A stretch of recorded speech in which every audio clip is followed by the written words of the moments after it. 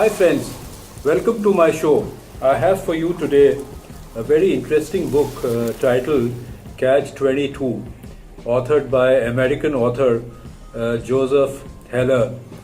Friends, in our normal day-to-day life, we often use this phrase Catch 22. It means a dilemma or difficult circumstance from which there is no escape because of mutually conflicting or dependent conditions. I'm sorry. Catch 22 is a satirical novel. Joseph Heller began writing this novel in 1953. The novel was first published in 1961. It is often cited as one of the most significant novels of the 20th century. It uses a distinctive non-chronological third-person omniscient narration describing events from the points of view of different characters, where the author has or seems to have access to knowledge of all characters, places and events of the story, including any given characters and thoughts. The book has separate storylines which are out of sequence. So the timeline of the novel develops along with the plot. The novel is set during World War II from 1942 to 1944. It mainly follows the life of Captain John Yossarian. So he's the main protagonist, and he's a US Army Air Force B-25 bombardier. Now bombardiers are members of the bombers crew in the US Air Force. Most of the events in the book occur while the fictional 256th Squadron is based on the island of Pianosa in Mediterranean Sea west of Italy. The novel looks into the experiences of Yossarian and other airmen in the camp who attempt to maintain their sanity while fulfilling their service requirements so that they may return home. The book has a very interesting plot. I'll take you through the plot immediately. During the second half of the World War II, a soldier named Yossarian is stationed with his Air Force squadron on the island of Pianosa near Italian coast in the Mediterranean Sea. Now Yossarian and his friends endure a nightmarish, absurd existence defined by bureaucracy and violence. They are like inhuman resources in the eyes of their blindly ambitious superior officers. The squadron is thrown thoughtlessly into brutal combat situations and bombing runs, in which it is more important for the squadron members to capture good aerial photographs of explosions than to destroy the real targets. Now the colonels continuously raise the number of missions that they are required to fly before being sent home, so that no one is ever sent home. So this is the catch. This is the catch 22. Still, no one but Yossarian seems to realize that there is a war going on. Everyone thinks he is crazy when he insists that millions of people are trying to kill him. Now, Yossarian's story forms the core of this novel, so most events are reflected through his point of view. Yossarian takes the whole war personally, unswayed by the national ideals or abstract principles. Yossarian is furious that his life is in constant danger through no fault of his own. He has a strong desire to live and is determined to be immortal or die trying. As a result, he spends a great deal of his time in the hospital, faking various kinds of illnesses in order to avoid the war.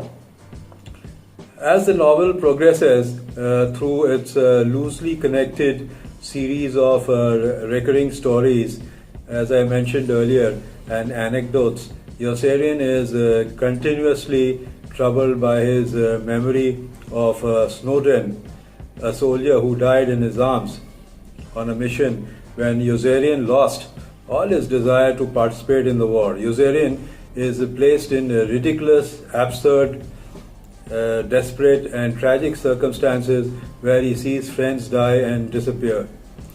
His squadron gets bombarded or bombed you could say, by its own mess officer, and colonels and generals volunteer their men for the most perilous battle in order to enhance their own reputation.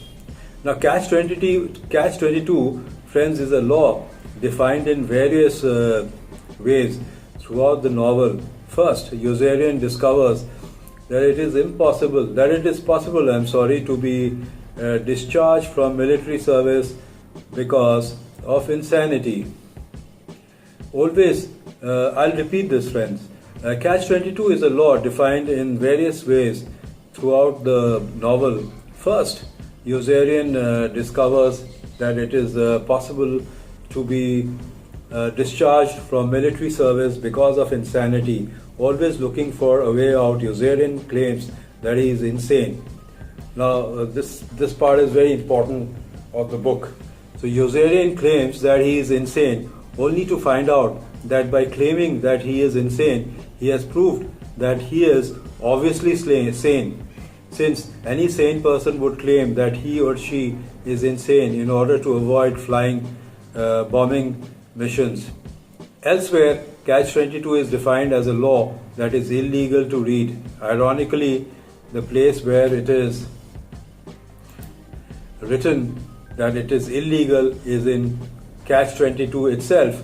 It is yet again defined as the law that the enemy is allowed to do anything that one can't keep him from doing. In short, then, Catch-22 is any paradoxical circular reasoning that catches its victims in its illogic and serves those who have made the law.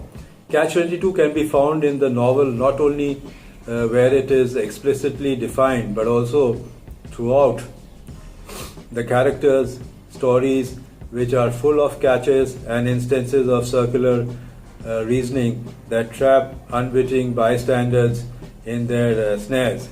For instance, the ability of the powerful officer Milo Minderbinder to make great sums of money by trading among the companies that he himself owns.